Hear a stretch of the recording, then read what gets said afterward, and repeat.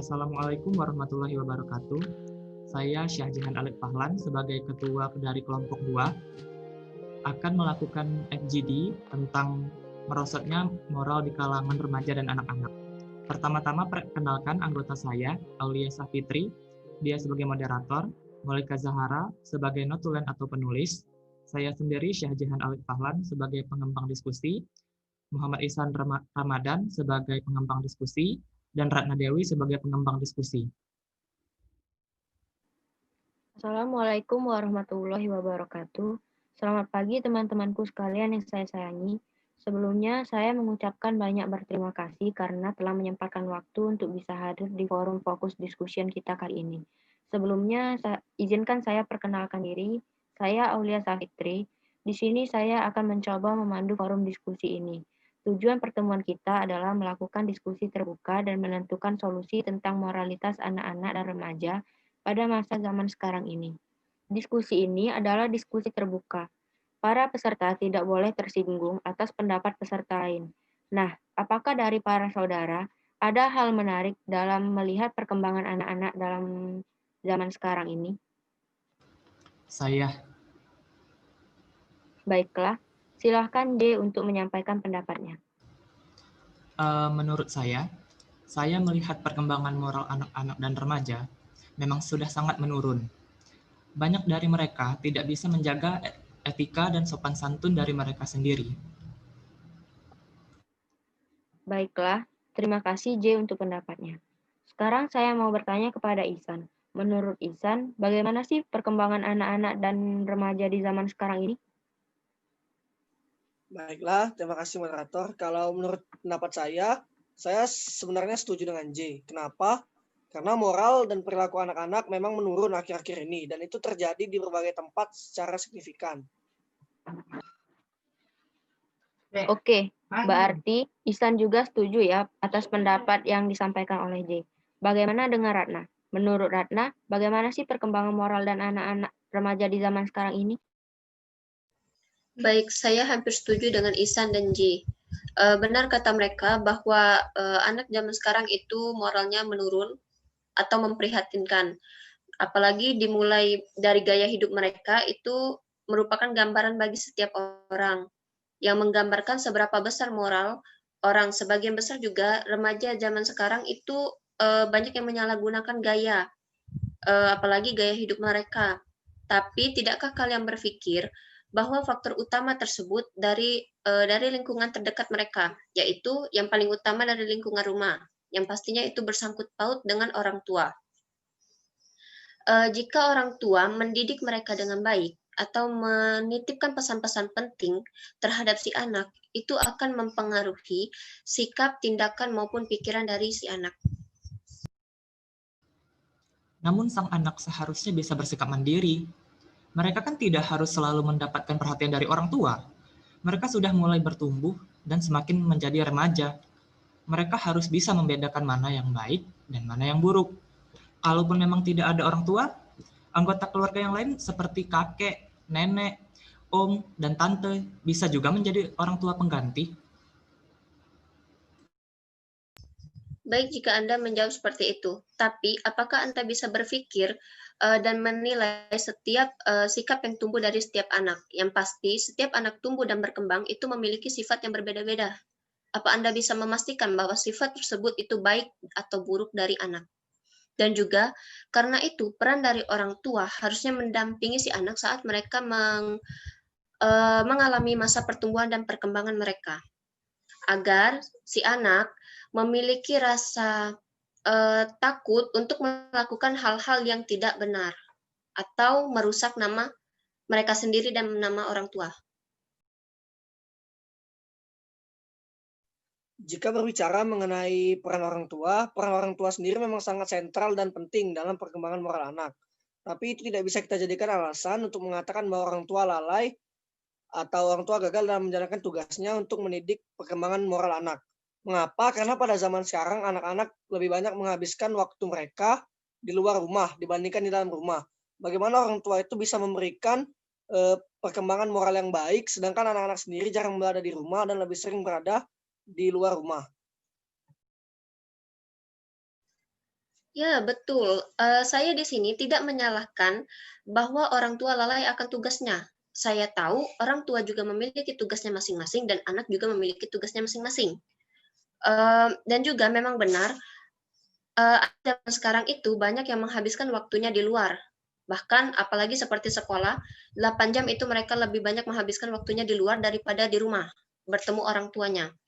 Tetapi apakah Anda tidak berpikir secara logika bahwa jika orang tua memperhatikan tingkah laku anaknya dan juga menjaga anaknya, hal itu tidak akan menyebabkan menurunnya moral pada si anak.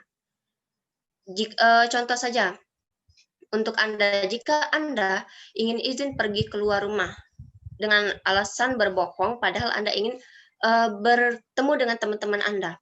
Jika orang tua sudah melarang, itu adalah salah satu perhatian untuk si anak agar anak tidak menurun moralnya, karena orang tua lebih tahu bagaimana keadaan di luar sana, apalagi pada zaman sekarang yang lebih modern, itu bisa jadi sangat besar peluangnya untuk merusak moral anak.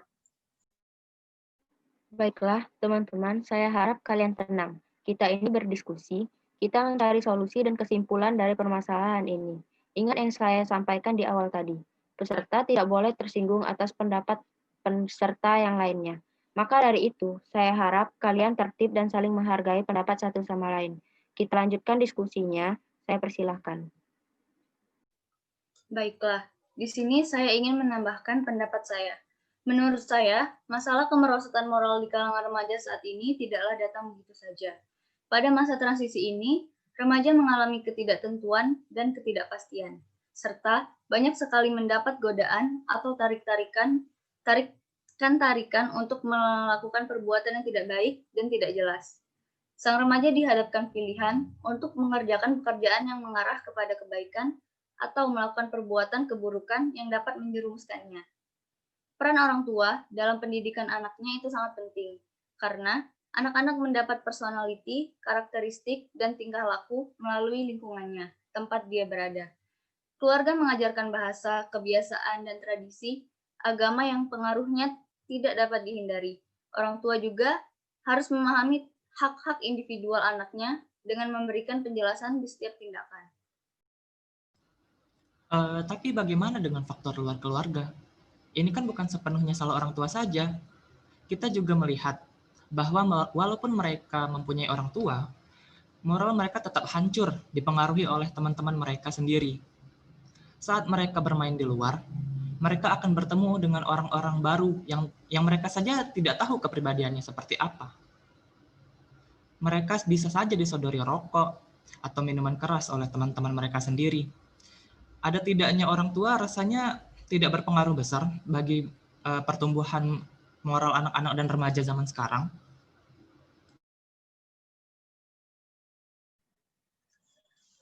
Ya,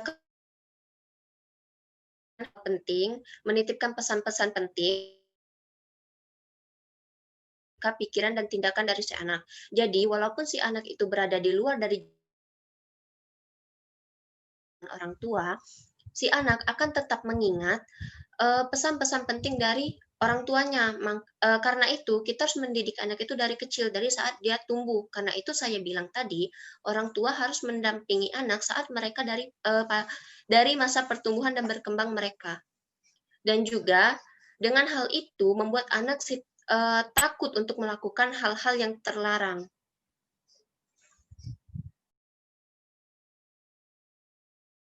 Menanggapi dari argumen yang Ratna berikan, saya juga sudah berpendapat di atas bahwa peran orang tua memang sangat sentral dan penting dalam mendidik perkembangan anak. Oleh karena itu, orang tua pasti memberikan yang terbaik dalam perkembangan moral dan perilaku anak. Tapi juga ada hubungannya dengan yang dikatakan J, bagaimana ketika anak tersebut mendapatkan pengaruh buruk ketika mereka berada di luar rumah. Bagaimana contohnya ketika di sekolah, ketika seorang anak berbuat nakal, dan orang tuanya dipanggil, orang tuanya berkata bahwa anak mereka sopan di rumah. Itu sudah menjadi salah satu contoh bahwa anak tersebut mendapatkan pengaruh atau moral buruk ketika mereka berada di luar rumah. Bisa jadi di sekolah atau di tempat lain. Ini sudah merupakan hal yang tidak bisa dikuasai lagi oleh orang tua. Orang tua memang bisa memberikan pengaruh moral yang baik kepada anak. Tapi jika di luar rumah, orang tua sendiri akan sulit untuk memberikan pengaruh baik itu.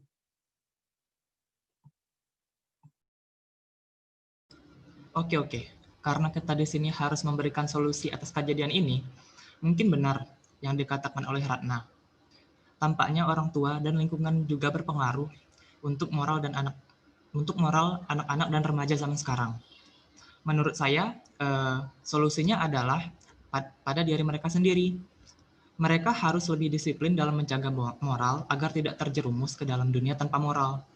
Peran orang tua cukup penting dalam melihat perkembangan moral anak-anak dan remaja. Anak sendiri pun harus bisa memilih mana teman yang baik dan teman yang buruk. Oke, baiklah, dari hasil penelitian, seluruh pertanyaan peneliti sudah terjawab.